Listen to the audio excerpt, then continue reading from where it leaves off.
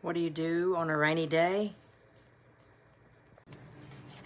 You get some farm fresh eggs, some grits, some sausage, and you get your husband who makes some great biscuits for breakfast. Put a little Tupelo honey with it, pear honey, and oh boy, do you have a meal. Yummy, yummy, yummy. Look at that meal.